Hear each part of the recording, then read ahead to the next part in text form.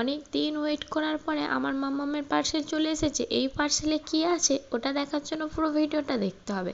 মাম্মাম তো খুবই হ্যাপি ছিল, খুবই খুশি ছিল যে এই পার্সেলের ভেতরে কী আছে। হ্যাঁ, তোমরাও যদি জানতে চাও ভিডিওটা দেখো। তো এই পার্সেলের ভেতরে ছিল সাইকেল।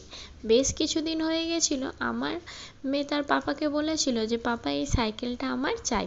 তো ওর পাপা সবটুকু দিয়েই ওর ইচ্ছাগুলো পূরণ করার চেষ্টা করে। তো ওর পাপা বলেছিল ওকে যে ঠিক আছে, তুমি যদি এই সাইকেলটা নেবে তো তাহলে একটু ওয়েট করো, আমি ঠিক দেবো তোমাকে। তো হ্যাঁ, আমার মেয়েকে তো খুবই পছন্দ হয়েছে এই সাইকেলটা। যদি তোমাদেরকে এই সাইকেলটা ভালো লাগে তো প্লিজ একটা লাইক, কমেন্ট অ্যান্ড সাবস্ক্রাইব করে যেও। এখানে আমার হাজব্যান্ড অফিস থেকে এসেই ফিটিংসটা করতে চালু করে দিয়েছিল, আর সত্যি দারুণ হয়েছিল সাইকেলটা। আর আমি তো খুব হ্যাপি ছিলাম, আর প্লাস আমার মেয়েও, যে ওর ইচ্ছেটা পূরণ হয়েছে। এই ছোট ছোট ইচ্ছেগুলো যদি পূরণ হয়ে যায়, আমরা যদি পূরণ করতে পারি তো আমাদেরও খুব ভালো লাগে, আর আমরা খুব হ্যাপিও হই।